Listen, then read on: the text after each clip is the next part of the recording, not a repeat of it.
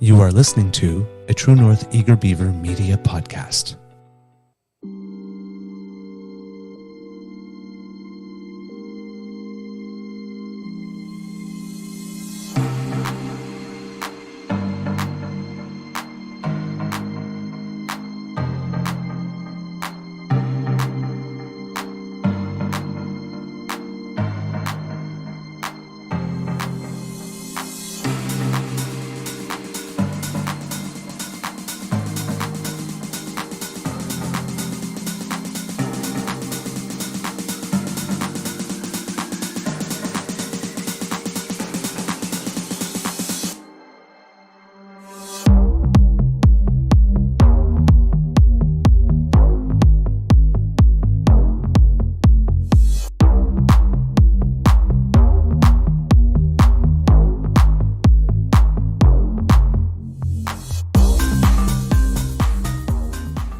The True North Eager Beaver podcasts are proudly brought to you by our founding sponsors, the Miss V Mysteries from Corvid Moon Publishing, your source for science fiction, fantasy, and cozy mysteries featuring a broad diversity of characters.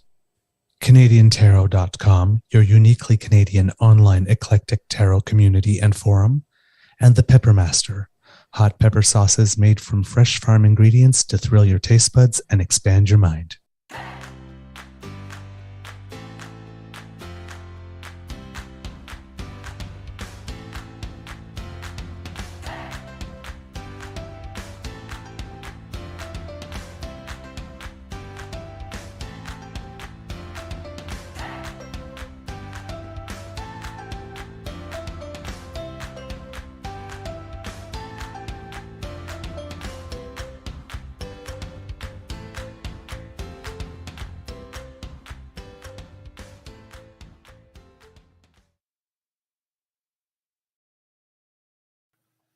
Well, good morning and hello, kids. Welcome to Season 3 and Episode number 70 of the Daily Beaver Morning Show here on the Crier Media Network. Today, recording day is Monday, March 6, 2023, and it will be a mild late winter day here at the Beaver Lodge. I'm your host, the Eager Beaver, pronouns he, him, hey, Mr. Beaver A, and with me, as always, is my dear friend, Mr. Grizzly. Of course, a big thank you goes to our podcast's founding sponsors, the Peppermaster, the Miss V Mysteries from Corvid Moon Publishing, and CanadianTarot.com.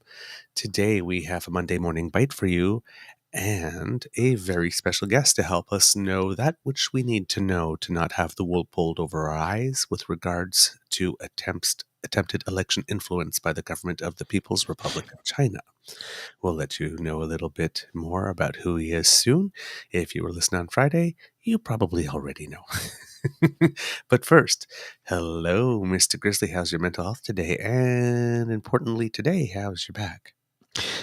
Well, hey, Mr. Beaver, my mental health is currently on hold because I'm not awake. Okay. I woke up my usual time, 5 a.m., and I thought, I could use a few more minutes sleep. Boom. Out like a light. 6 a.m. alarm, secondary alarm goes off. I'm going to hit snooze. I need a few more minutes. I hit snooze. Goes off again after 10 minutes. I hit stop, and I think, okay, let's get up. I roll over and I look at the clock and I go, 6:30. What? I'm missing 20 minutes. So then I began to stumble about my apartment, make some coffee, and sit down at the computer to do this with you. So I'm not awake. I'm not awake at all. As for the back, it's still very owie. I haven't taken any meds yet. I will after we get off the air, so I can remain somewhat coherent this morning because, as you could tell by last night, I was a little loopy. Yes, we tried to record something last night, and I think about 45 minutes in, it's like, do you want to stop? It wasn't so much that I wanted to stop. It was just like, well, I can't read anything on the page right now because the room is spinning. So maybe that's a great idea. All right. Good morning, Kit Jillian. Good morning, Kit Linda. Good morning, Kit Elaine. Good morning, Kit Saucy. Lovely to see you all here today. Mr. Grizzly, do you have anything to start us off? couple of quick tidbits, yeah. I saw this the other day online, and I thought, well, that's funny. I'm going to save this for the show for a good start. And it's like, at Coley Tangerina, in every partnership, there's a person who stacks the dishwasher like a Scandinavian architect, and a person who stacks the dishwasher like a raccoon on meth. You're the raccoon on meth? No, Scandinavian architect. Okay. The raccoon on meth. Okay. Same thing for packing a suitcase. He just basically takes all the clothes out and then he leaves them on the bed and says, "You're so much better at this than I am," and then leaves. Yeah. It is what it is, right? Apparently I'm able to fit more in somehow. I don't know. I don't know what my secret is, but because I've never worked in a department store, so it's not like I've learned professionally how to fold clothes. Well. All right. Let's see. What do we want to start with today while we're waiting for our guest to arrive? Well, I did manage to get some more some stuff from our title sponsor. Ooh.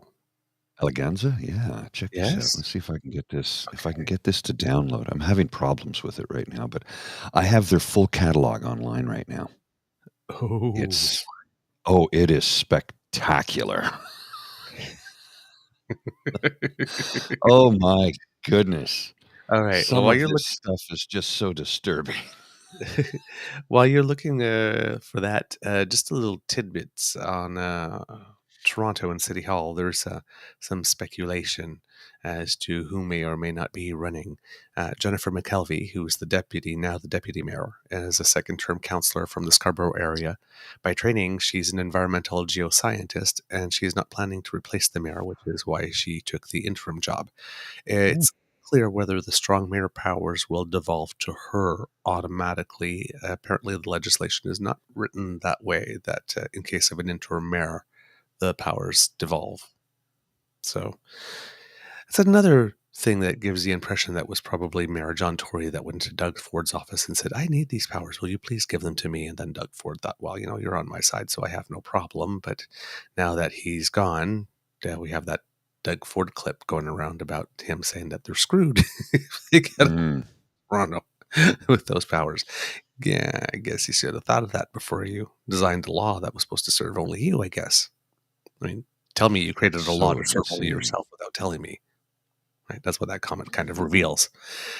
Many councillors are considering a bid, given that they do not have to step down from their current position in order to take a shot. I'm guessing that's normally the case, but given that it's a by-election or a special election, in this case, it would not be required. Stanley Cho, who was rumored as being a contender or potentially interested, has indicated that he will be passing on the opportunity. Brad Bradford might be the Progressive Conservative Party of Ontario consensus choice.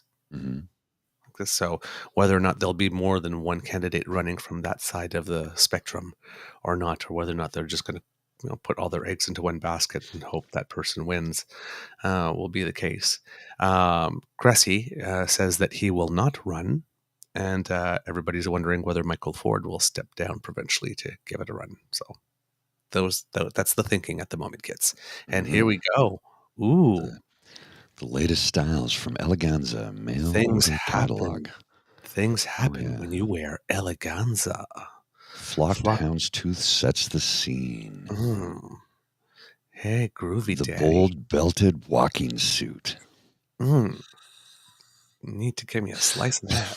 Stripes and plaids with big legs. Big legs. Oh, I love big legs. Look at the cuffs on those on the upper right-hand corner. You could store a whole meal of granola in there. The toga coat suit.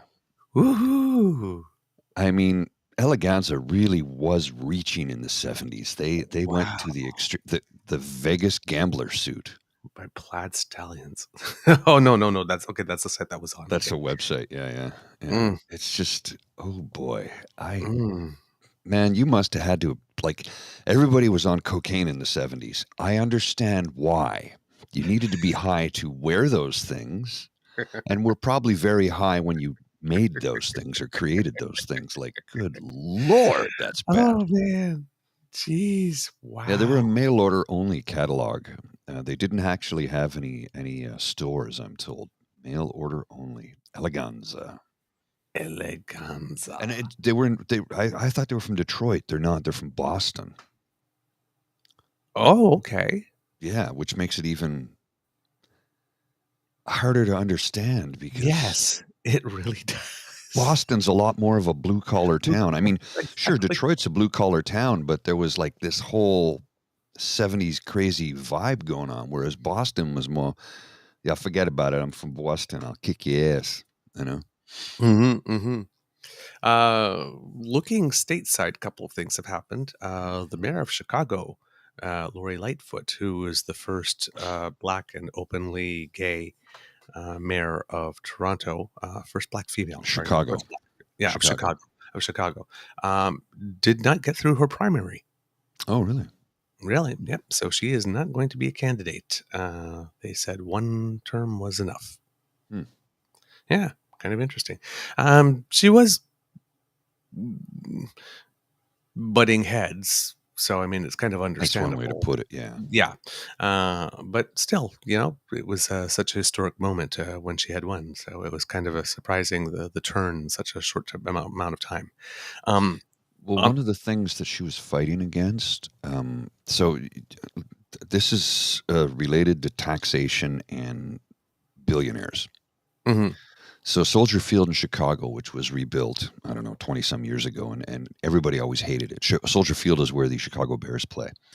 Everybody hated the rebuild, and they reduced the seating capacity, and nobody loved it. So Chicago, the Bears, decided they're going to build a new stadium outside of the city because the city, under her stewardship, refused to chip in any money. And I'm Mhm. like, well, and why should the city pay for? I mean, like in Minnesota, Minneapolis, the new stadium that was built there, most of it was funded by the citizens.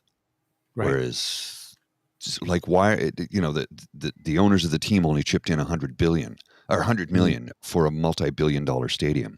So it's just bizarre. Anyway, I Hmm. think a large part of it was Chicago Bears fans just rallied against her, but I could be wrong. Anyway. Hmm. And in talking about candidates declaring for races, in the race for the Republican primary nomination, none other than Nikki Haley has announced her candidacy for the Republican nomination in Charleston, South Carolina. So we'll have that more on that at another time because our guest has arrived. But other people that have been going around because they had that big CPAC thing not too long ago, and it seems that regular Republicans are have not been showing up. Mm. And then the Trumpers have been going to CPAC, so it seems that that too has been taken over. But in the mix of the other candidates' names you might be hearing are Tim Scott. He's the one black Republican senator who tried to make a deal to have a crime fighting deal, but it went nowhere because, of course, his party wasn't behind him.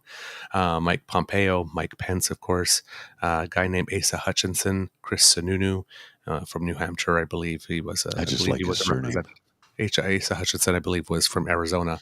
Larry Hogan, who used to be the governor of Maryland, I believe, and of course Ron DeSantis. Sorry. It just No, slips it's out. accurate. It's accurate. It slips out. I'm not exactly sure how that happens. Just little Freudian slip. It happens. It happens. But Kits, our guest is here. Oh, I like that. Kit James blackballed. When I tune into the Eager Beaver, I do so without pants or shirt or underoos or shame. That's very good because pride and shame are just useless emotions as well as guilt. So there you go, kids. The secret to life. No pride, no shame, no guilt. You'll be happy. Just don't say that in June. Really? You'll be drummed out of the organization. What do you mean? No pride in June. No pride in June. Who needs that? No pride. Somebody's going to strategically take that clip out, right? Oh, of And so, course, yeah, of Beaver Beaver's course. against pride. Yeah, of course. Shall we bring in our esteemed colleague and special guest, a gentleman who knows way more about this than I ever will? This is Mr. Mubin Shaikh. Shaikh, Yes, did I say your surname correctly, Shaikh? Mubin. Shake, shake, shake, shake. Okay, Shake your see? Mubin. No? I like it. I like it, baby. Good day, sir. How are you? Good, good. Except for the visual that James DeFore gave us. Yeah. James, buddy, please don't. I don't know. I think James would look kind of cute just in underoos.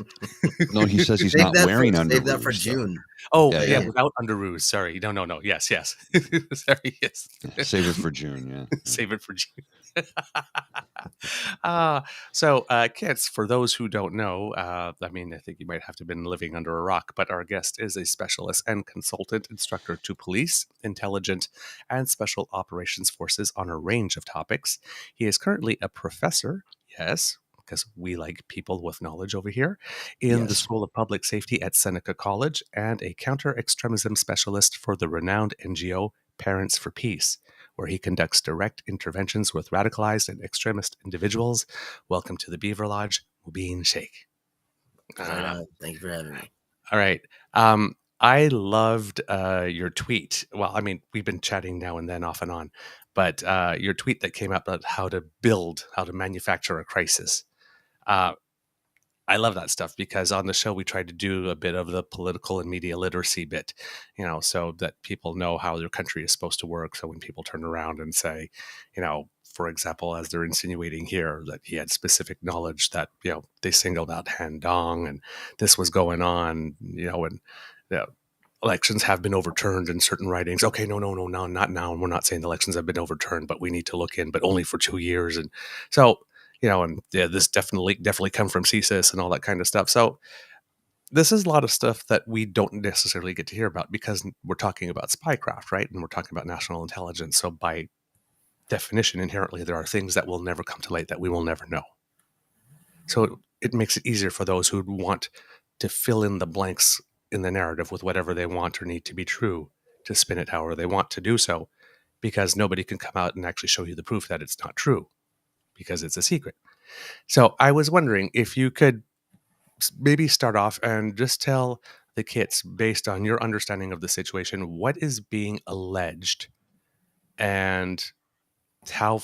Well, let's start with that. What's being alleged? Yeah, so first of all, thanks for having me. I apologize the last time I totally flunked out and missed the appointment.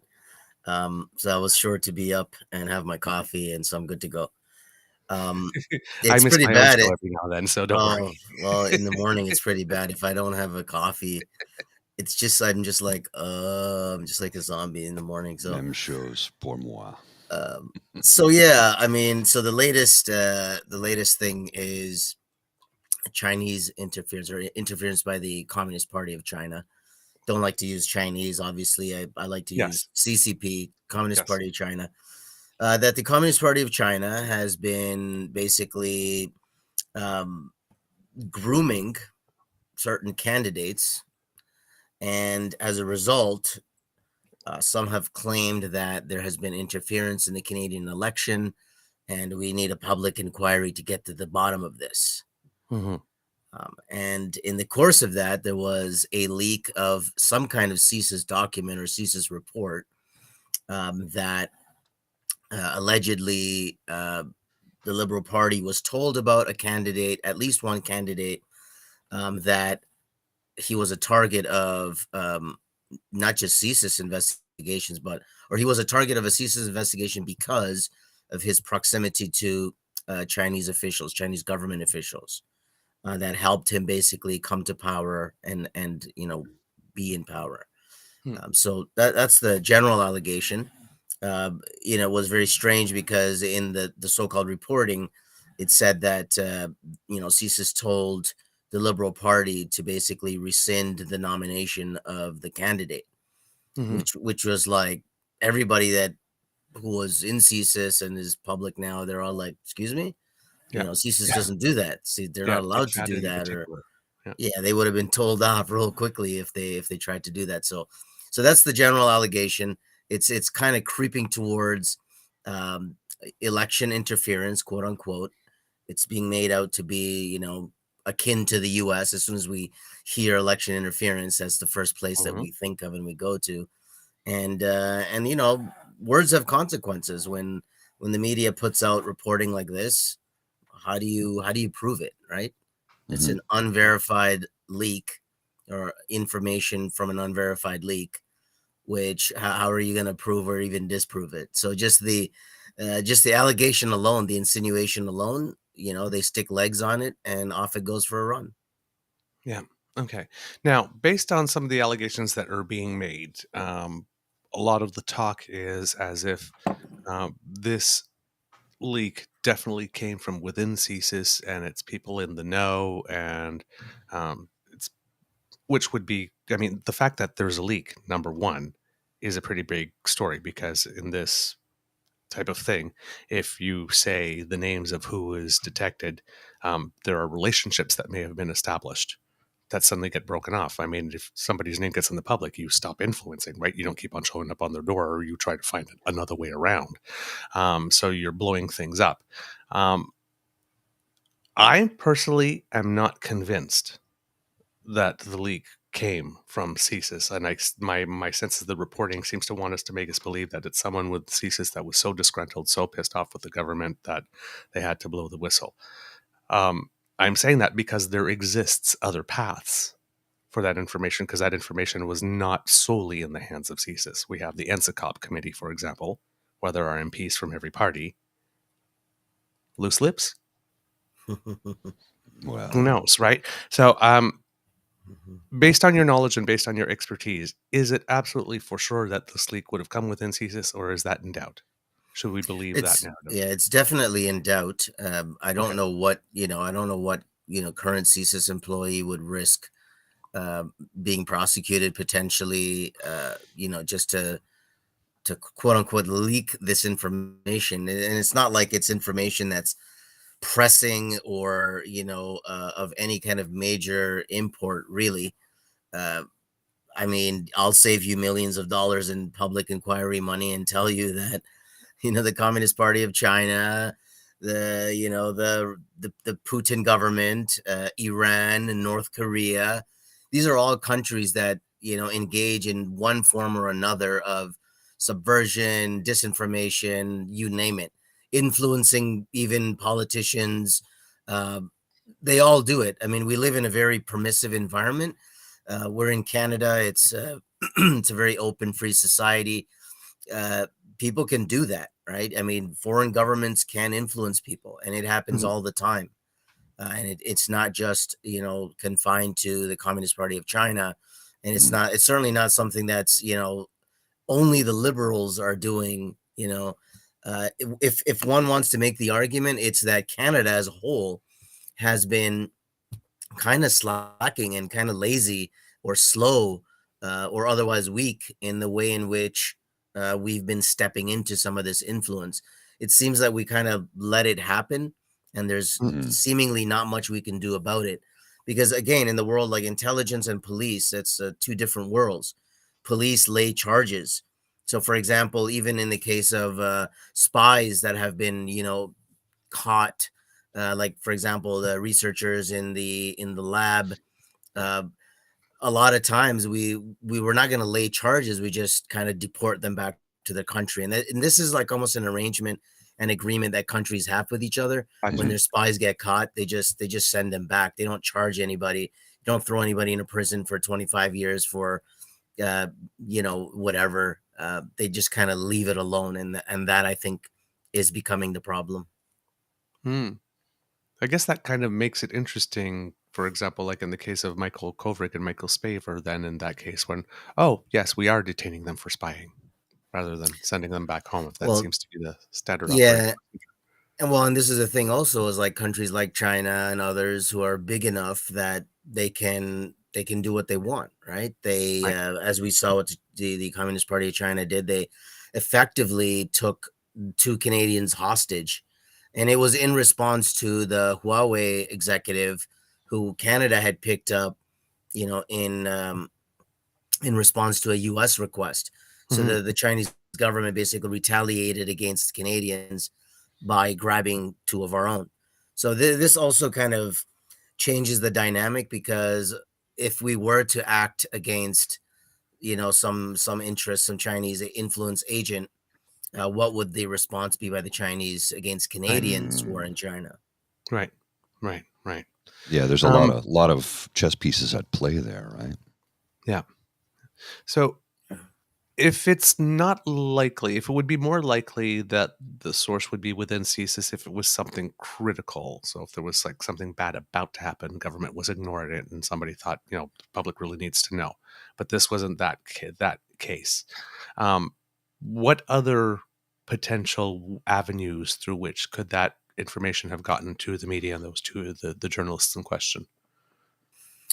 Yeah, one has to just track it back to that chain, if you will. I mean, the intelligence starts with CSIS. It's then shared to this committee of parliamentarians.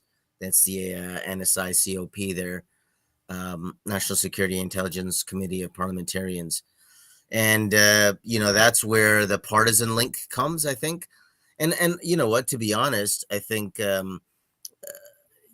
think it is a politically motivated leak. I think, if anything, even if we assume that it was a CSIS person, and that's my second guess. I mean, I wouldn't imagine a CSIS officer or analyst or somebody would be that foolish to risk their career just for this. This is not even that big of a deal, really. This is something that China, Communist Party of China influence in Canada is something that's been going on for decades. Right. It's certainly not something that just happened under Trudeau.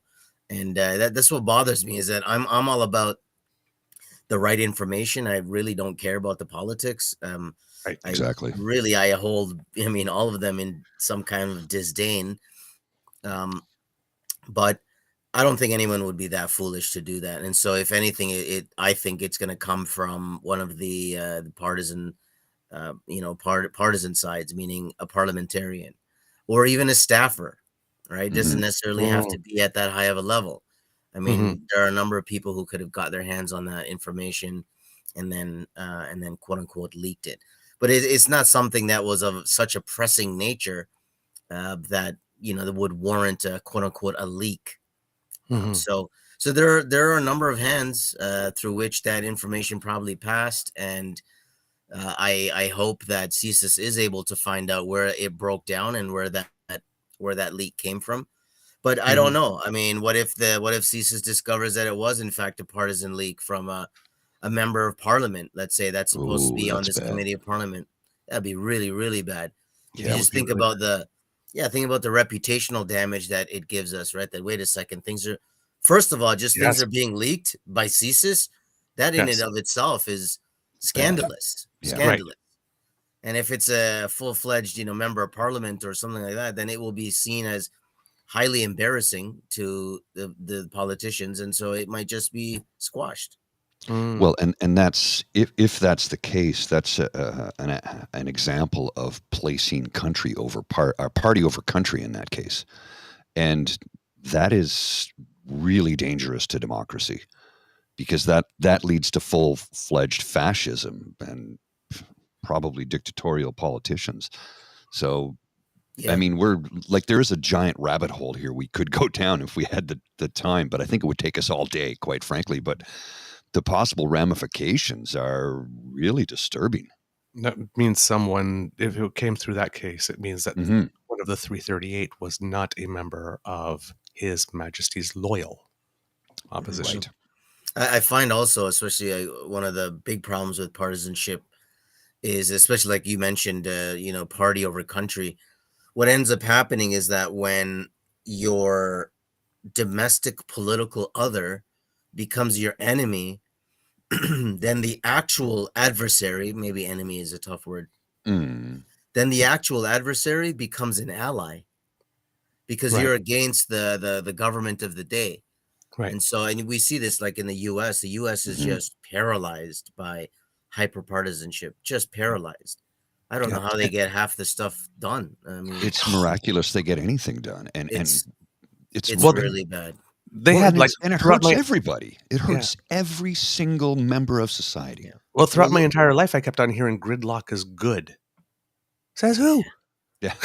No, it's well, not. look at and look at what's happened in the U.S. Right? Like they are so against Biden, and Biden is pro-Ukraine. Well, then clearly we have to be pro-Russia, right? I Yeah, mean, it's Reagan is spinning in his yeah, grave. absolutely. And it's there's like this saying, right? Like when the U.S. when the U.S. sneezes, Canada catches a cold. Yeah. And it's Yeah. I mean, we saw this with January 6th. A lot of these so-called MAGA Canadians want to be MAGA Americans for some reason.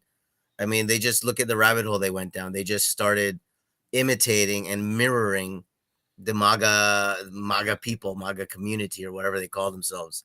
Yeah. I'll be So happy to we're help seeing, them pack. yeah, we're seeing a similar thing here.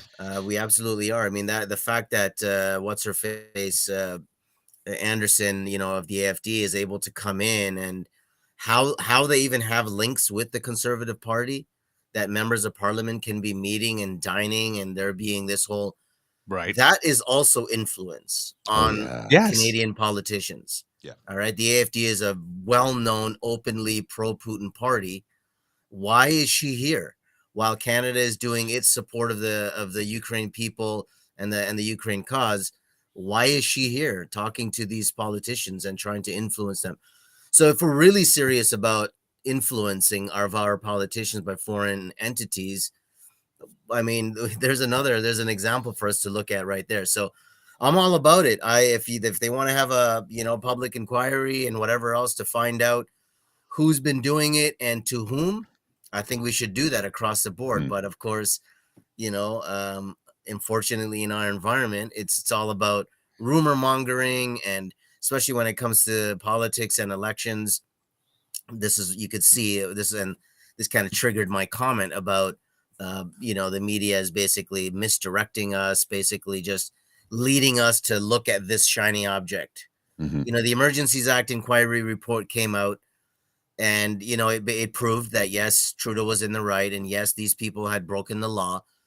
People didn't want to hear that. And I think the media is a rumor monger. All right, that's what they feed off of. That's what they thrive off. All right, they have to push these controversies, and if there isn't a controversy, they'll just invent one, right? And in the case of like the Ottawa and associated activities, it was great for them. It was great. Pictures, interviews. I mean, everybody was out there. It was great. They loved it. And I think in one way they disliked Trudeau because he invoked the act and he put an end to that theater, and so right after the Emergencies Act inquiry report, right after this far right pro-Putin agent of influence visits, right away both those stories are dead and buried, and now it's like look, Chinese interference, look.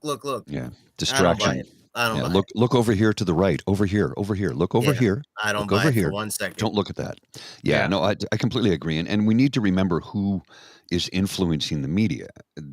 Let's go back to Chatham Asset Management, the American right-wing hedge fund closely tied to the GOP, which owns 66 or 60%? 66% of Post Media, which has newspapers right across this country. Which now owns the Sun Chain. The Sun Chain and the Ottawa Citizen. So at one point in time, one company was not allowed to own two daily newspapers in a single city. Well, Harper threw the rules out with that. He's the one who changed those rules. At one point in time, one media company was not allowed to own two cable companies. The city of Ottawa used to have two cable companies, Ottawa Cable and Skyline, and it was divided up the middle of the city on Bank Street, which is the center of the town, right? So the east side of Bank had Skyline, the west side had Ottawa. Rogers came in, bought the whole thing. Wait a minute. Now that happened under Chrétien. So all these rules that were once in place to keep a level playing field have been tossed out over the last 30 years by successive governments. And again, everybody says, oh, you're just a left-wing liberal NDP. I'm like, no, I just pointed the finger of blame at Chrétien for something. I point the finger of blame where the finger of blame needs to be pointed. Yep. I'm always going to be like that. Yep. And when you look at the influence being peddled by this extreme right wing hedge fund ownership, Chatham Asset Management, they are really playing into it. They're completely ignoring the fact that we had basically, for want of a better term, a Nazi in our midst, meeting with members of parliament. And I say for want of a better term because it's illegal to be a Nazi in Germany, and she would have been arrested if she was actually a out and out Nazi. Mm-hmm. But when you espouse all the aspects of Nazism, you know, walks like a duck and talks like a duck. It's shocking to me that we're even. It's really still surreal, especially in the U.S. when this whole thing was going on. It's like you would think to yourself, like, neo-Nazis, like you're still seeing the swastika flag, like Yeah. You know, it's like you cannot be an American and a Nazi. Like No, there was a they fly in the war over face. this. The whole world was involved. You know, like, but then when you look at US history and you see that in the early 1900s, right before World War II, you had thousands of Americans pack into Madison Square Gardens, Mhm. right? We've I mean, seen the openly, photos. exactly, openly celebrating it. So the mindset, the ideology has remained. Okay, it has not gone away. And so when we see these folks coming out with the views that they hold, and when we say that they're neo-Nazis, or whether you want to call them neo-Nazi adjacent, whatever term you want to give them, you know, it's the same stink of poop that comes from them. Yep. It's the same end result. So even, you know, I mean, and again, back to the whole influence thing. I mean, it's so well known that Putin supports these far right parties. The AfD in Germany is a very well known. It's like this is so well known publicly, right? AfD is a big one in France, of course.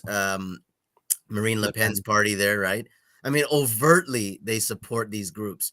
The Base, this neo-Nazi group called the Base, that's been very active in the U.S. There was a bunch of people that have been arrested.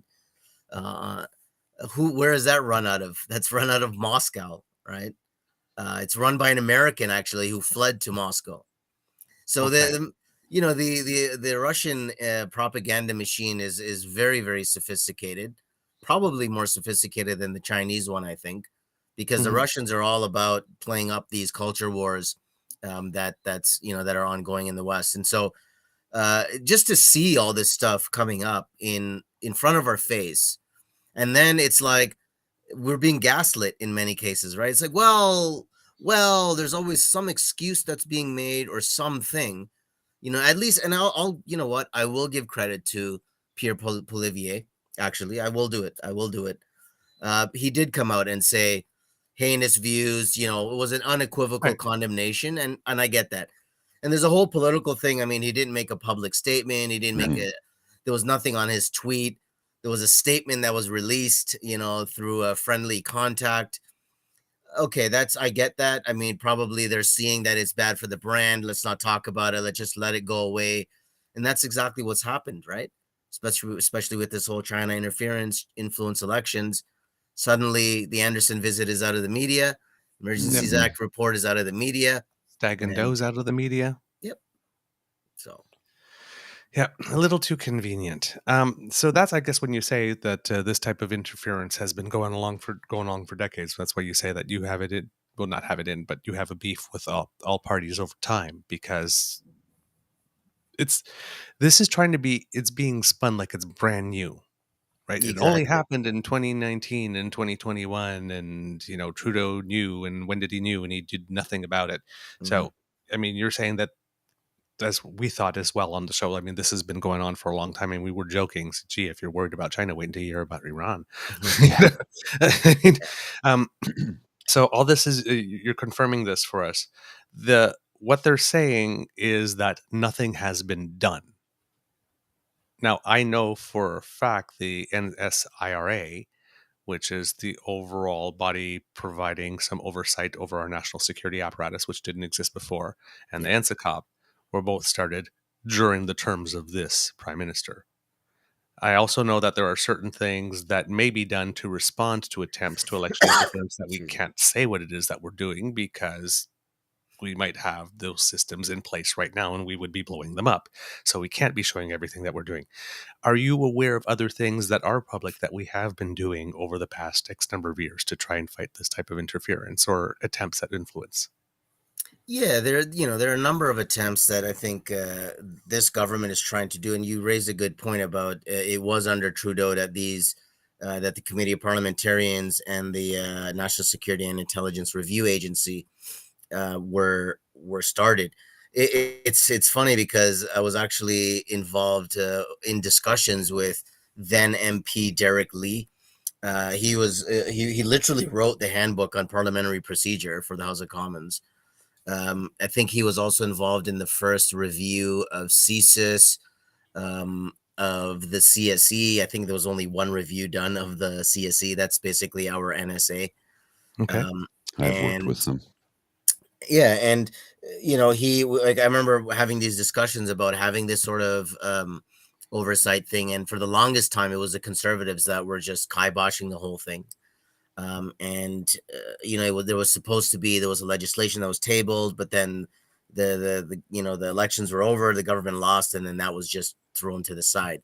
So it's good that we have this review agency and a committee of parliamentarians. That's very important. This was something that Canada was lacking. Every other Five Eyes country has it, and we didn't, but now we do. So now, because of that being created, obviously there are cases that have gone to them, and they will sit there and parse things out to the very finite level. But in terms of other activities that have been taken, look, what can you do with certain activities? If let's say the Communist Party of China decides, they want to influence a particular election, they will just go and vote for the other person, right? They can tell their people, listen, and everybody does that. That's what everybody literally does, whether you're Communist Party of China or you're whatever ex-mainstream political party, you just vote for the other guy, right? Or the other person. So that's not illegal, right? It's technically not illegal. Well, it technically is illegal to engage in foreign influence, but how are you going to police that? You would need to be, watching so many people, Canadians who are willing agents of influence for the Communist Party of China. If they start doing these things, well, I'm a Canadian engaged in my rights to participate in the electoral process. Mhm.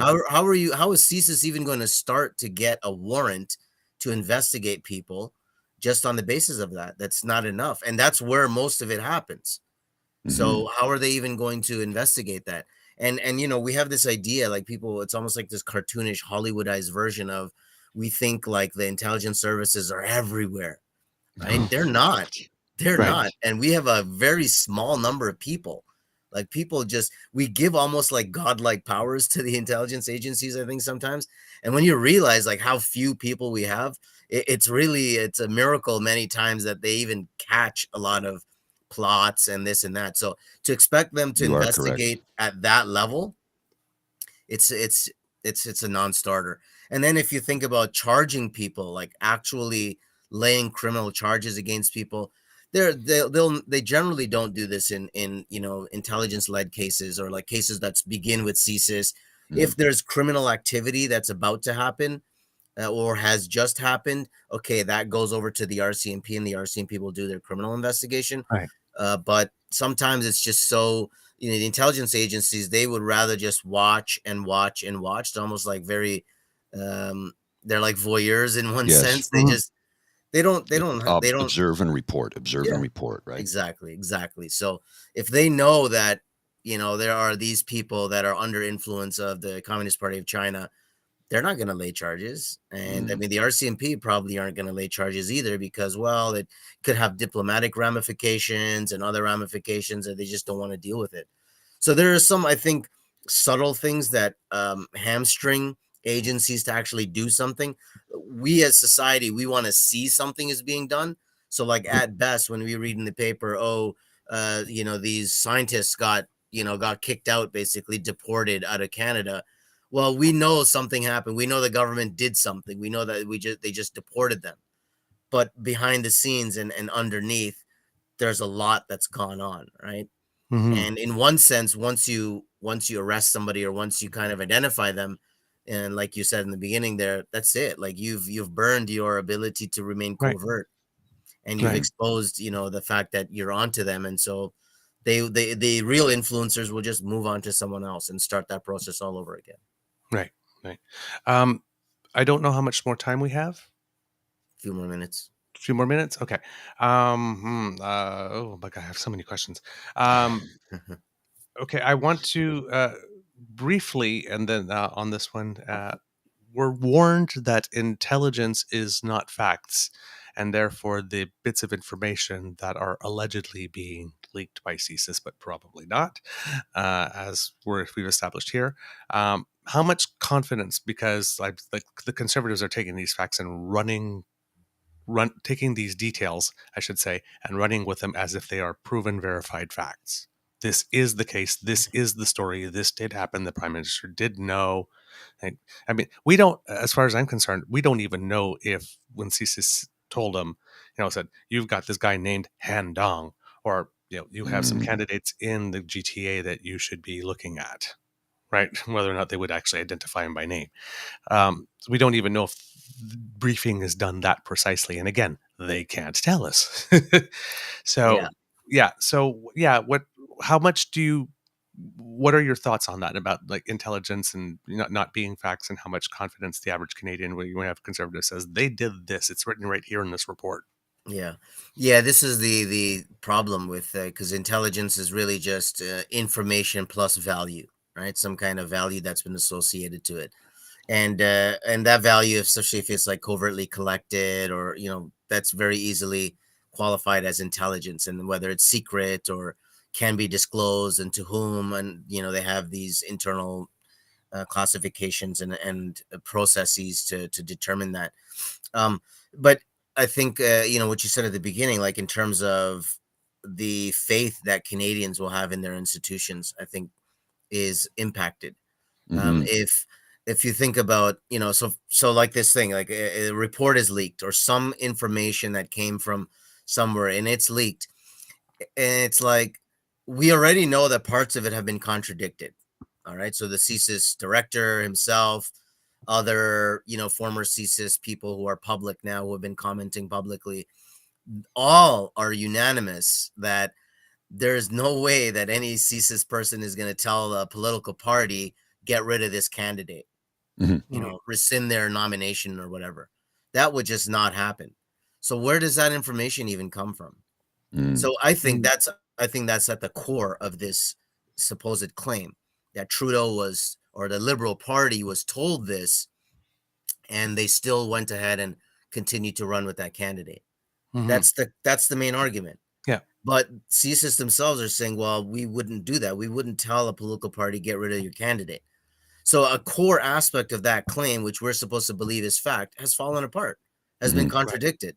So a massive question mark has come over that so-called report. So now the onus is going to be on whoever did the reporting to show, in fact, that there is actually some credence to this claim, because a major part of it has just been debunked. So what are they doing? They're just doubling down on it, right? Of course. Media organizations. The damage is done. Yeah, the damage is done. They know the damage they're doing, and they do it deliberately. And then once they're forced to backtrack, the damage is done. So what? Oops. Yeah. Because the claim seems weird to me, because he was an MPP for 4 years before, and I was an MP. He's 2 years completed. Somewhere within the 6 years, if he was an asset, it would have popped up at some point in the last 6 years. I mean, he would have attempted something, wouldn't he? Well, even if he did, and he was, let's say he was under investigation, and I can guarantee you that there are politicians that are compromised and that are working for foreign interests. They absolutely exist in Western society, and in the free and open democratic societies in which we live. You will find this, anywhere. So without a doubt, they're there, but CISA is not going to say anything. They're just going to keep observing. They're going to see how big the network is. If you watch somebody for 1 year, who knows, maybe the foreign services have told them lay low for a year. Let's say they got caught right away, okay, within the first week of them being recruited, and then the foreign state says, okay, just lay low for a year. Well, then now CSIS knows that this person is going to lay low for a year, so they're going to watch them for a year, and then let's see what happens in the next year.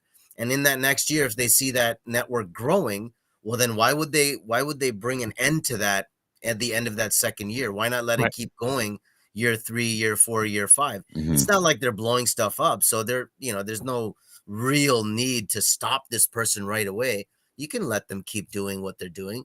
They'll only have a limited impact and limited influence, right, over the larger process. It's not like, what we're having, like what happened in the US, where it's like a straight up lie, that the election was stolen and this and that. And true, there are some people on the conservative side who are taking this and saying, oh, our elections have been compromised.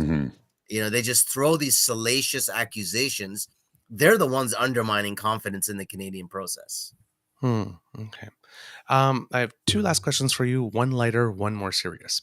The Rouleau report came out, and we've both noticed that certain people have just skated right on past, and one of them is the Conservative Party of Canada, because they had a stated strategy of allowing this to go on to encourage it and hoping that the Prime Minister would wear it.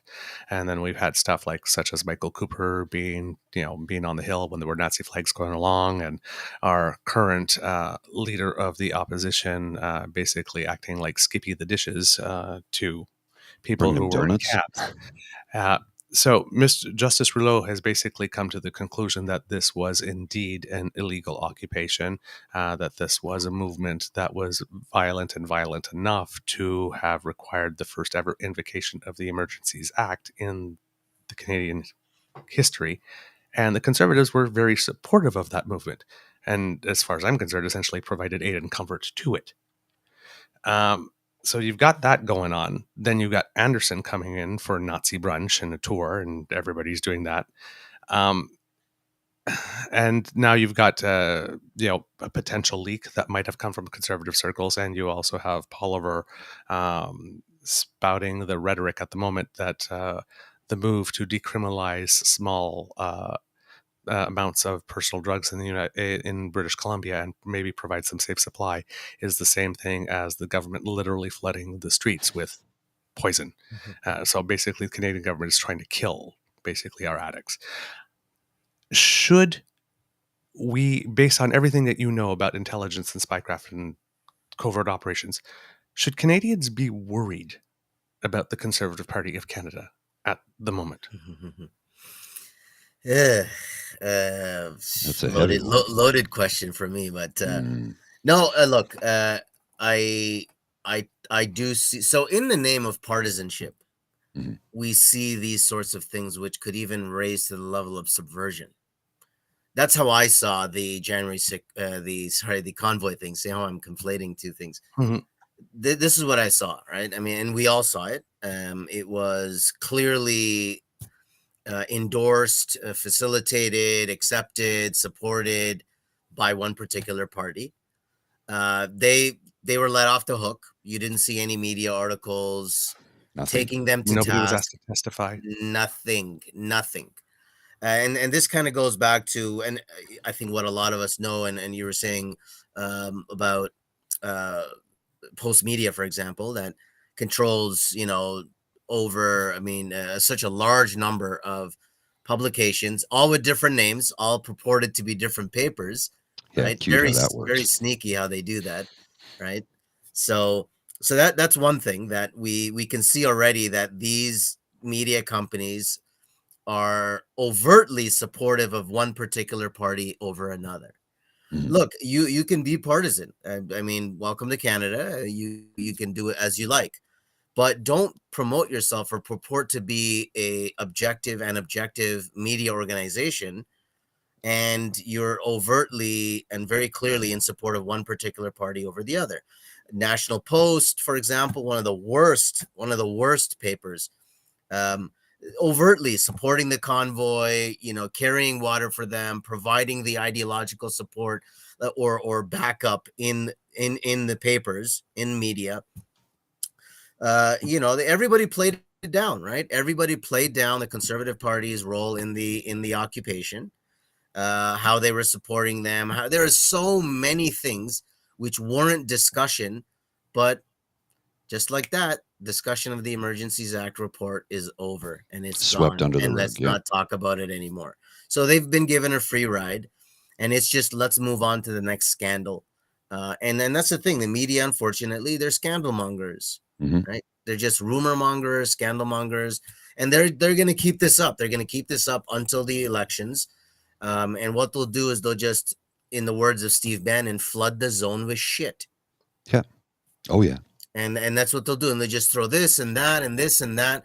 And by the time, in 6 months' time or in 1 year's time, they'll be able to say, well, the liberals did this and they did that and they did this, and they'll be able to list off these supposed scandals, for which you should, of course, vote for the other guy.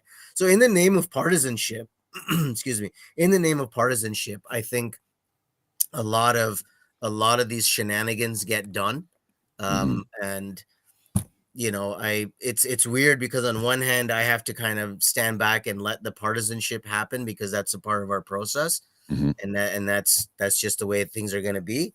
But it's just when it gets to a point where it's just so in your face, such a bold-faced lie, and like you're making fools of us, or you're trying to make fools of us. The media is trying to make fools of us by expecting us to be so naive that we're just going to turn on a dime at this new shiny object that they've offered up for us.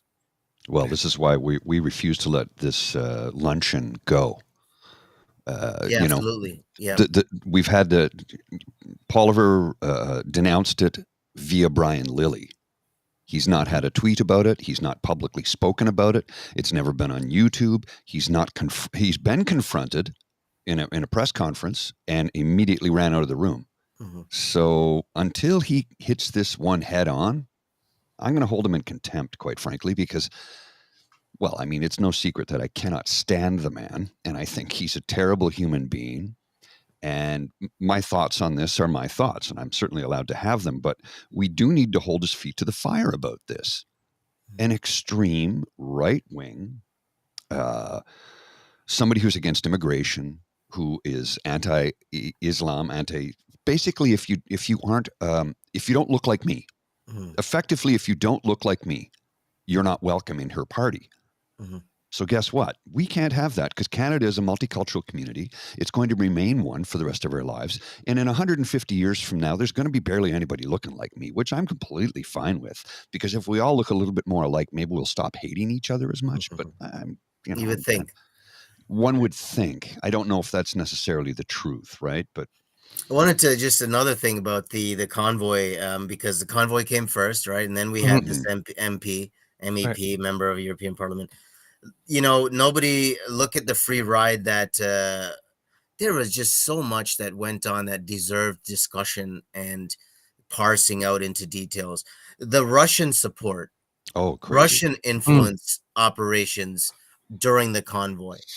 Barely mentioned, wasn't even covered in the Emergencies Act report and inquiry. Didn't even look at it. Even I think CSIS was on the record as saying, we didn't see any foreign state activity, blah, blah, blah. But again, they're looking at it from a very narrow lens. We saw certainly a lot of, foreign influence and foreign activity, state-based activity, Russia in particular, right? When the convoy was happening, Russia, RT was one of the most covered the convoy more than any other media organization. Yes. You had Canadians who were falling over themselves to try to get a spot on Russia on RT News. But nobody's talking about that, right? Like that's overt. At least in the Chinese case, it's subtle. It's not overt, right? But yet that's the one we're supposed to be more afraid of, worried about, scared of, and so on. And we have to do something about it. So, if we could have started to do something about it, decades ago when the Communist Party of China was doing this, and they will continue to do this. It's going to be the same tomorrow that it was today, right? And look, there is something to be said. Again, I don't want to completely downplay it as just a partisan venture. Something should be done. I think the public needs to know, okay, well, this is what's happening. This is how it's done. This is what we can do. This is what you, the citizen, can do to be aware of these things. If we had a conversation like that to inform everyone, that would be very, very helpful. Yeah, But I would be in favor of unfortunately, public inquiry for that purpose. unfortunately, the partisanship is just, it's just paralyzing, you know. And it's like when you're trying to get work done, you know, it's like your partner is complaining about they're not comfortable in the chair, the light is too bright, it's too cold, it's not hot. It's, you know, it's like you're complaining about Goldilocks. things. You're just complaining about things, and the real problem continues. Okay. Well, we need to address, I don't know if you're aware, I'm sure you probably are, members of the freedom movement who have started asking for Vladimir Putin's help in Canada. Oh yeah, I saw that. They started flying video. Russian flags. Idiots. Like, what? We're in bizarro world right now. Yeah. Well, that's I think that was the point I said about once you become so partisan, your national adversary, your strategic adversaries become your tactical allies. And that's when you know you've gone too far, right? When you're so against the Canadian party. I'll be honest, it doesn't matter to me whether it's conservative, liberal, NDP. There might be there will be some policy differences, but all in all, Canada is going to be the same. It really doesn't change that much. So at the end of the day, maybe I'm making the argument that they're all the same. They're technically not. I mean, there are some significant, differences, of course, and I'm not trying to completely downplay it. I mean, there are some significant policy changes that absolutely can have impacts on people's lives, as we saw with the whole COVID response and so on. But you know, your general basic freedoms are still going to be there. I mean, it's still going to be a democracy, and we're still going to have all these, you know, conversations and discussions and whatnot. But you know, to think that Russia is somehow going to be is working for your interests, or the Communist Party of China, or anybody, just because you're against your domestic political other, you really need to. You're radicalized at this point. That's really the best word to use. You're radicalized at this point. You will turn a blind eye to the worst of things. So it's like, oh, she's a neo-Nazi adjacent. Let's call her that. Oh, well, yeah, but she's trashing Trudeau, so I like her. It's good, right? And that's exactly what it is. And you saw the blowback on Skippy from the announcement made through Brian Lilly. So not an official announcement, but the blowback on Skippy for that one was, "Oh, Poliver, you've abandoned us. You've crossed us." I'm like, what? Well, same thing when he made the speech at the rally at Ukraine. Then all those videos came up. So you're just like the rest of them. Yeah, right. You can see even like just online the online Twitter troll activity of like, I mean, people don't realize, again, like the knowledge of how these influence operations happen is the biggest thing. I think a lot of the public just is not aware of how these things happen, right? And just Twitter trolls, for example, you know, the Internet Research Agency, like the Russians have basically like this call center like setup, you know, several floors in an office like building where these people, they manage multiple accounts online, and all day that's what they do. Their shifts match Eastern time zones or different time zones in the West, and they'll be churning out all this propaganda or disinformation, whatever, creating doubt, sowing chaos. And most of us are none the wiser. Like in the US, for example, when the elections were happening, the Russians were very, very active during that time. And they're very clever. They basically create two opposing sides, and they make each of those sides fight each other. And so they'll go online and they'll be like, you know, Proud Boys, hoorah, you know, .com. They're completely agnostic. Yeah, and then it'll be like ShariaForAmerica.com. And they'll fake like, and this is all well known, like they made these fake Muslim pages, and they're basically agitating against white Christian Americans, saying that, oh, blah, blah, blah, these jihadists are coming. And then the other side, they would create like fake Black Lives Matter pages and fake white nationalist pages, because they just want all this chaos. And most people, they're not even aware. These Russian groups, they would set up competing rallies. Yep. They would have two fake pages, and both of them would have rallies, and they would make people show up so that they could protest against each other. Yep. Right. So what was the line from The Dark Knight? Some men just want to watch the world burn. That's right. That's right. Yep. And some people want to make people dance and call the tune. So if we're really serious about, how China does this influence, how Russia, how Iran is doing all kinds of hacking, how North Korea is doing all kinds of hacking, I think it was Metrolinx was hit by a cyber thing. They blamed, I think it was North Korea, but there's some questions on attribution, because in the cyber world and in the intelligence world, Iran will do it, but will do it in such a way that it'll blame North Korea. Right. It's like you don't even know who's doing it. So I mean, it's a mess. If we're really serious about trying to make sense of that mess, then we can do that, but it's got to be removed of its partisan blinders. Otherwise, we're gonna be just as dumb today as we were yesterday, and nobody benefits from it in the end. Right. No. Right. Everybody loses in the end. That's the last point. This is the whole point with foreign influence of this nature. It harms all of us. It targets all of us. It should not be viewed as, the Chinese did this to help the liberals. Right. If the Communist Party of China is doing it, it's not to help anybody, right? But it's just to sow division and chaos. And this so-called leak is just continuing that. Yeah. Because look at where we are now. Look at the conversation we've been forced to have. Well, hey, you're on the show, and we're asking whether or not we need to be worried about the Conservative Party of Canada. Right? That's not an everyday question. Yeah. We should, in a functioning democracy, we shouldn't be asking people, should we be worried about one of our main parties? Well, it's human psychology, right? I mean, what people will do for the pursuit of power and to retain power. Don't underestimate what people will do for that. Whether they're political, religious, non-religious. Yep. Those are things which, politics is everywhere. Politics is the worst. I used to have a button in high school called it said nothing political is correct. That's good. That's good. I like that. I like that. Mubin, thank you so much for your time. I have one later question for you, because you gave us your bio, and it says at the end, Mubin is also featured in a permanent exhibit at the new International Spy Museum in Washington, D.C. under Preventing Terror. That is freaking cool. How did that happen? Yeah, it is pretty cool. Like I thought to myself, I was like, oh crap, I'm in a museum. Like, does that mean like I gotta die soon or something? Or no,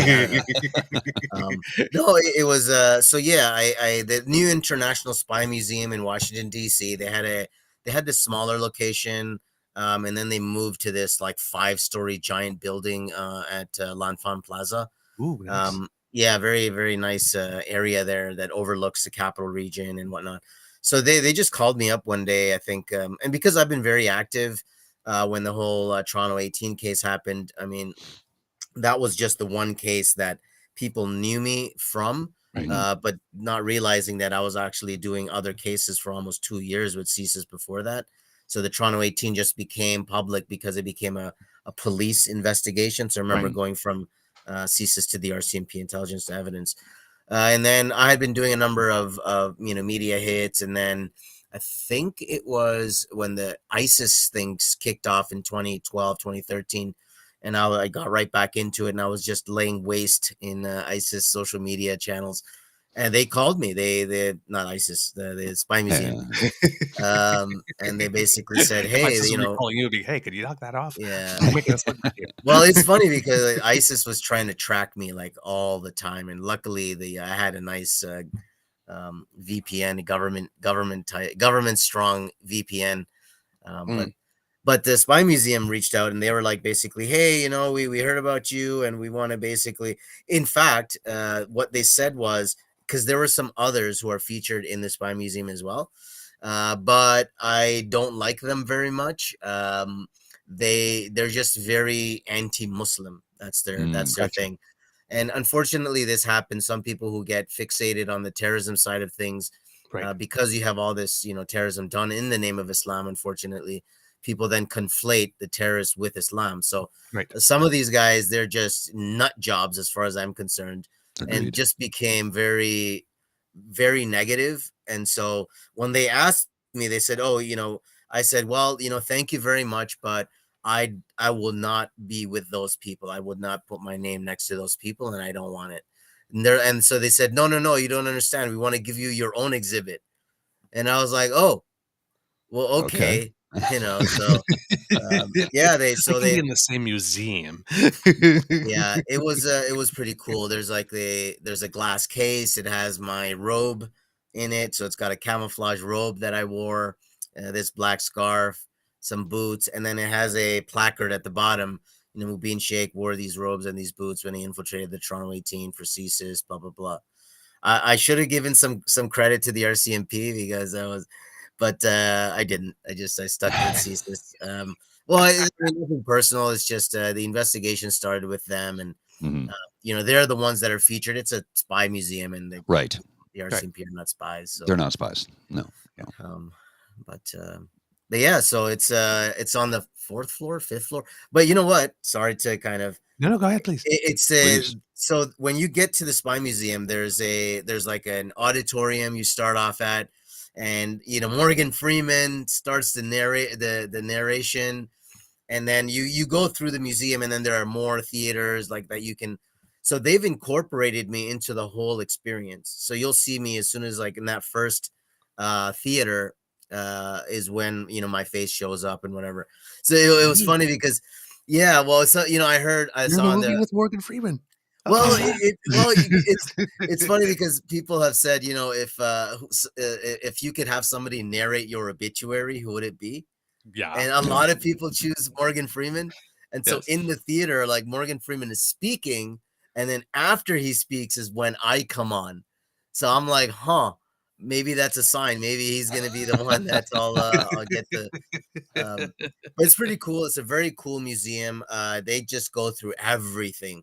I mean, it's I can't even describe it in words. It has, if you can imagine, just everything is there. Anything related to the spy world, it's there. And it's so cool. There's so many interesting gadgets. And I went again not too long ago because every time I go to DC, I gotta kind of drop by. It's funny because sometimes what I'll do is I'll go up, and we have this joke, like we'll go up and I'll kind of come near my exhibit, and they have the glass case, and they also have this big screen, like it's like a screen TV where an interview of mine is playing basically on repeat. And I'll just kind of come up close and then like just look to see, like somebody might look at me and I'm like, yo, that guy looks a lot like me. So just play around with some people. But it's a really cool place. You should definitely go and check it out. Saucy Seawitch, what's up? Definitely go and check it out. It's a lot of fun. We have one here in Ottawa, but it's not open to the public. It's at CSE headquarters. Yeah, I've been trying to get into that place. I've done work at the old headquarters on Heron Road, Heron and Riverside. But the new one, since they built the new building, I've not been in there yet. I've had no work in there. But I did see part of the museum at the old one, and one of the floors they had a Cray computer. You know what a Cray supercomputer is? It looks like a piece of furniture, but it was like a supercomputer at the time for encryption, breaking. It was a code breaker is what it was. It was just some really cool. They had an Enigma machine there, like some of the ultra cool spy stuff that I know that they have at this museum in DC, but the public doesn't get to see it. The Canadians have actually, I think, donated some stuff to that museum. So, yeah, this is the thing. Like, and I guess comes back to the larger discussion on how we even approach intelligence in Canada, right? Like our national attitude towards it is very different, obviously, than the Americans, and for good reason. But at the same time, we're like kind of an extreme on the other end. Like there's like no interest, there's no real discussion.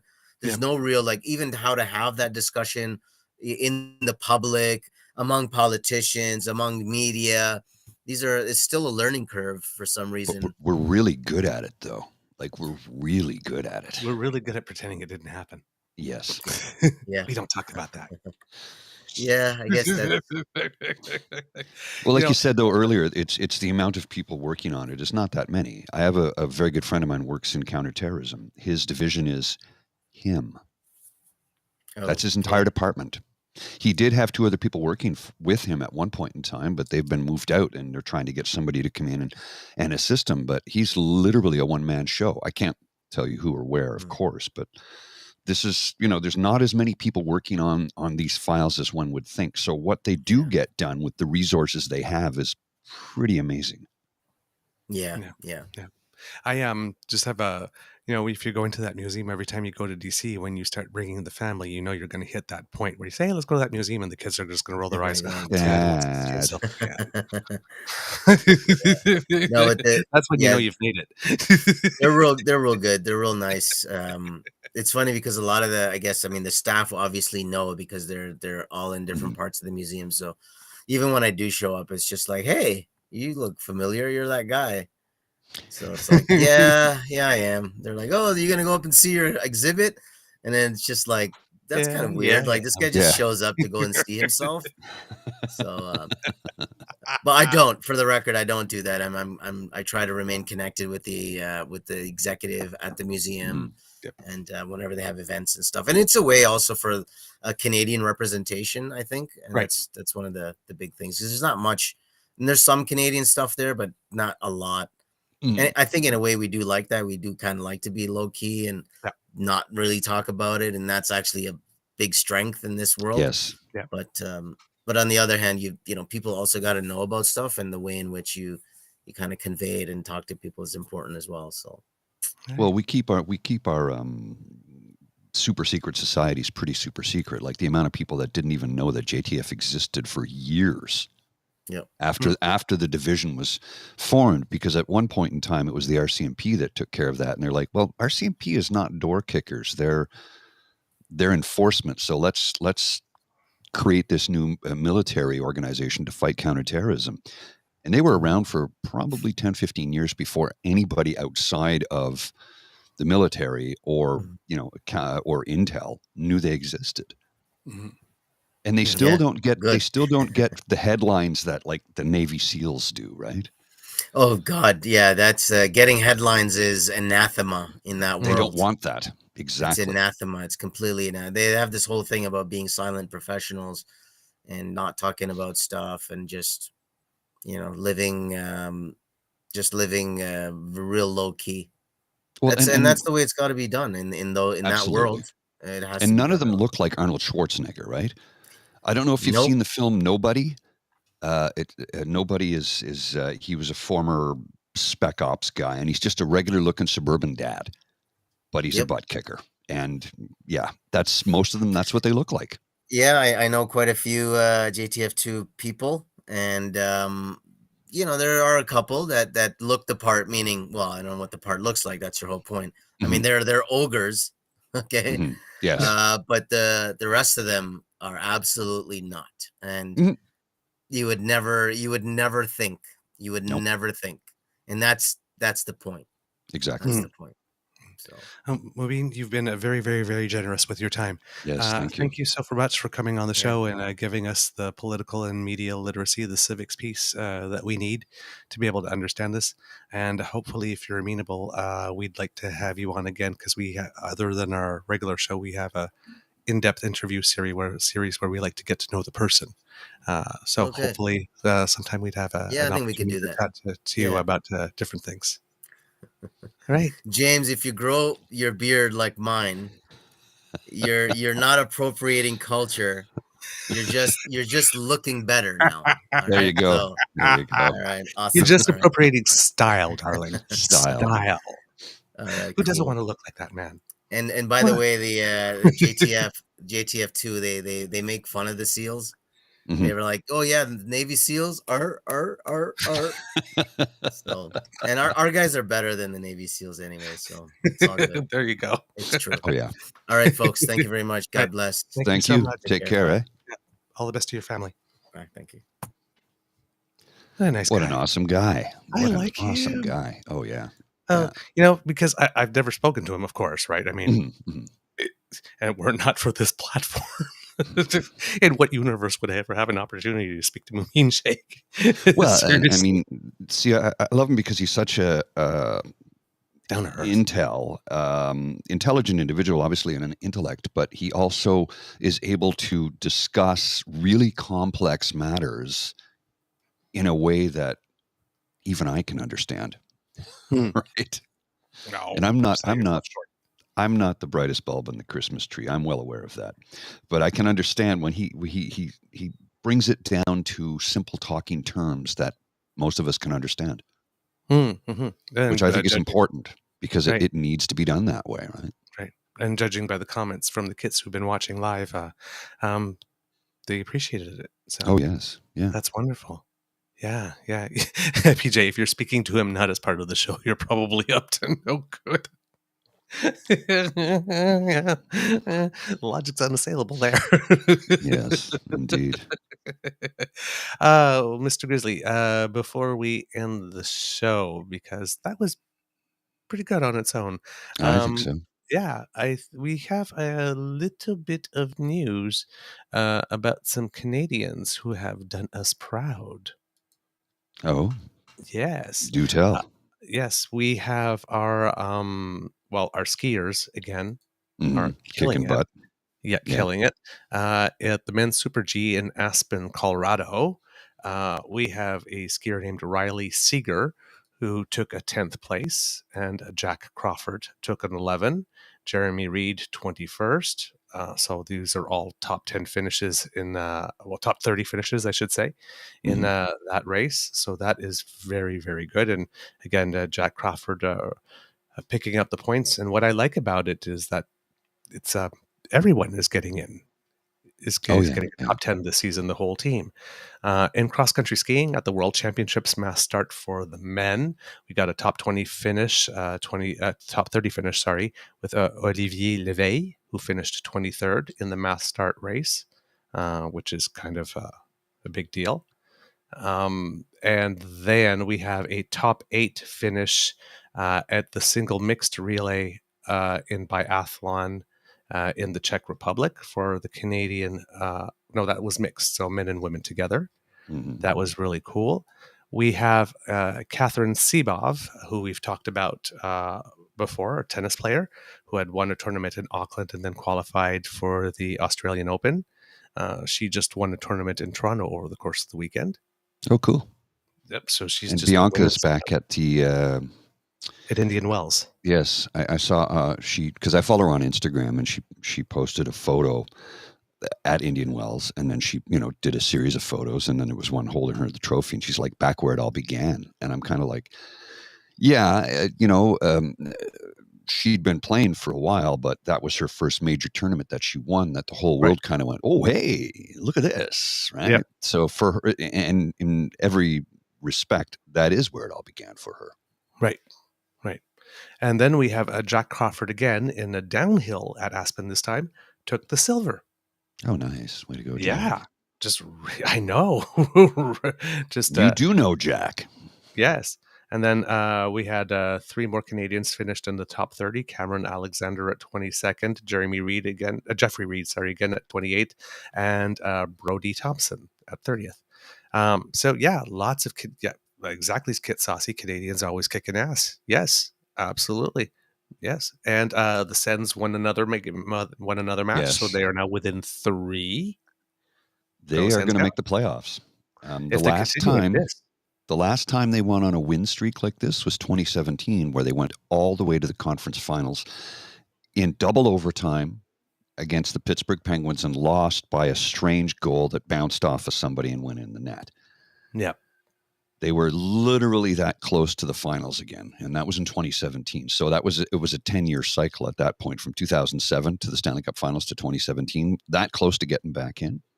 Who knows? Who knows? I'm not predicting a Stanley Cup final, but I do believe they will make the playoffs. And once you're in, all you got to do is put a string of wins together, and Lord knows where you end up. Well, that's exactly it, right? And if you're looking across the NHL right now, there are only 2 teams that have won their last 5 matches. Ottawa's one of them. And Boston is the other. And then they're such a strong team, it's ridiculous. Right? So, I mean, Ottawa's actually playing as the second best team or the best Yeah. right now. So go Sens, go Sens, go. Mr. Grizzly, do we have a show? I believe we do. Yeah, we've exhausted, I think, everything we can this morning. Other than, oh wait, I have one more thing I wanted to post here. Please do.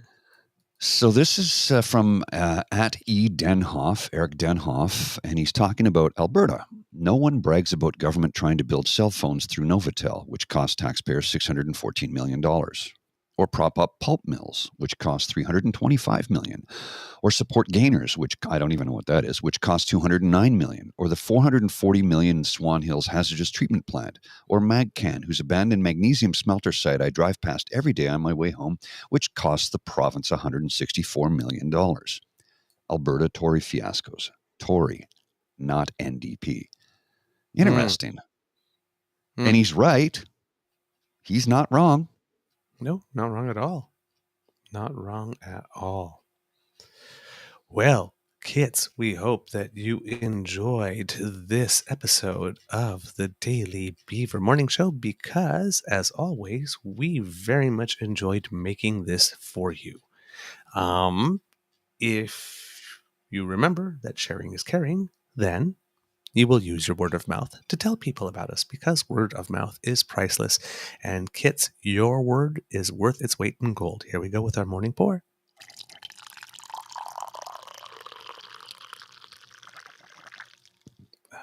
The True North Daily Beaver Morning Show Morning Pour, brought to you by Don't Dine with Nazis. Exactly. Just saying. So yeah, let your peeps know about us, please. And if you see our shows on Twitter and all that, retweets equal love, and they get gratitude from us. Because democracy is something that you do, we're still going to stick on it. Write your MP, write your MPP, write your senator. Let them know that you do not like this shit. We're not letting it go. We're not letting it go. We're not letting it go. Let them know we still see them. We're watching you and we see you. If you really like this podcast, you can find us on Crier Media Network as well as all Beaver Grizzly friendly platforms. And if your platform is not Beaver Grizzly friendly, why not? Pressing questions. Stars and reviews are always appreciated, so please give some to us. If you're feeling particularly generous, we like the number 5, but we won't tell you what to do. We just hope that you will be very, very generous. Leave some reviews, leave some stars. It helps people find us. We love to hear from you. So if you reach us on our FaceTube page or our U-book. Yeah. I'm pulling your leg from Friday. I know. I know. I'm okay. Reach us on our Facebook page at True North Eager Beaver, our Twitter feed at True Eager, or by email at truenortheagerbeaver@gmail.com. You can subscribe to us via our pod page, and we will send something to you when we have something fresh off the bandwidth. That's podpage.com/the True North Eager Beaver, all lowercase letters with the hyphen between each one of those words. Podpage.com/the True North Eager Beaver. And if you are watching us on our YouTube channel, our True North Eager Beaver Media Incorporated YouTube channel, that is, then subscribe. We've hit 170. That's pretty good. We're going on our way. On our little subscribe button right there. It's the you can see our little logo. You can click on that. Yes, we need your help to get to 1,000 so that we can start earning a couple pennies per show. So exactly. Any help that you can give us, we would really appreciate it. Well, and you can also click on that up there. Right there. Exactly, because we can't do this without your generous support. So if you feel that we've done a particularly good show today, or if you feel that Mubin's done a particularly good show today. He did a particularly good show. Kind of riding on his coattails here. Please scan the QR code on the top left of the screen to find our coffee/hot chocolate fund tip jar. And if you're listening, then let your fingers do the walking to coffee, ko-fi.com/eagerbeaver, all in one word, lowercase letters. That's coffee, K-O-Heifer. K-O-hyphen-F-I. Well, you need milk for your coffee and hot chocolate. Coffee, Ko-fi.com. Black like my shirt and my heart. Eager Beaver, all in one word, lowercase letters, to make your donation. And finally, if you are a savvy shopper, because it is inflationary times and people like value for money in these times, well, then you can go to our merch store and you can donate to us that way and get something in exchange. Fashionable, trendy, stylish, True North Eager Beaver Media merch and Mr. Grizzly Civics tees are available for you so that you can put them on your gorgeous bodies and let everybody know what an engaged and informed citizen you are. Yes, because wearing our Eager Beaver merch has been shown to boost your Irish luck by 21.4%. And this is the period of time for Irish luck. Comes in handy Yes, around it's this time of fast approaching. It is insane. 11 days away. Yes, and by Irish luck means like after you drink all your beer, you don't trip on a step and bust your face.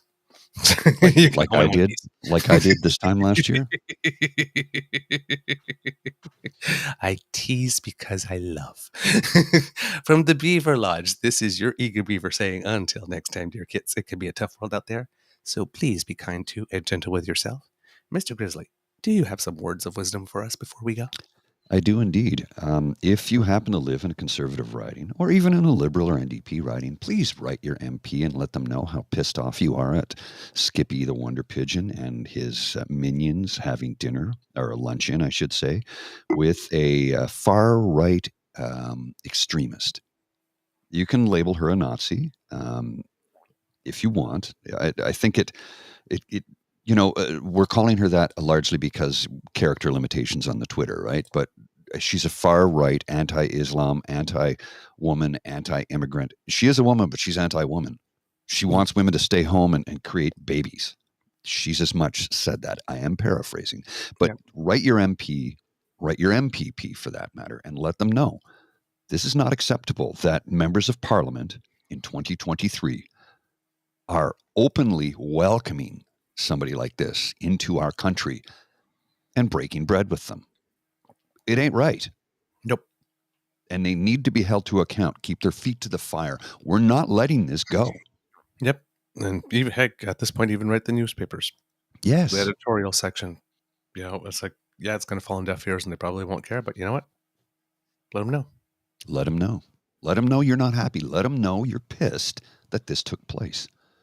They're the ones who are always screaming about dictators. Well, guess what? They invited one into our country. And celebrated her. Yes. Rolled out the red carpet. Mr. Grizzly, please roll the credits. I will do that in 2 seconds.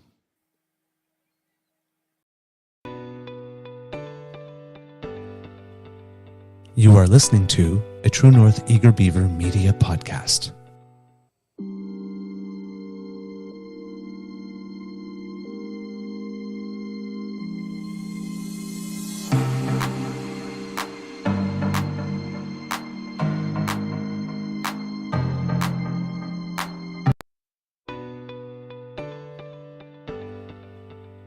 You are listening to a True North Eager Beaver Media Podcast. The True North Eager Beaver podcasts are proudly brought to you by our founding sponsors, the Miss V Mysteries from Corvid Moon Publishing, your source for science fiction, fantasy, and cozy mysteries featuring a broad diversity of characters. CanadianTarot.com, your uniquely Canadian online eclectic tarot community and forum, and The Peppermaster, hot pepper sauces made from fresh farm ingredients to thrill your taste buds and expand your mind.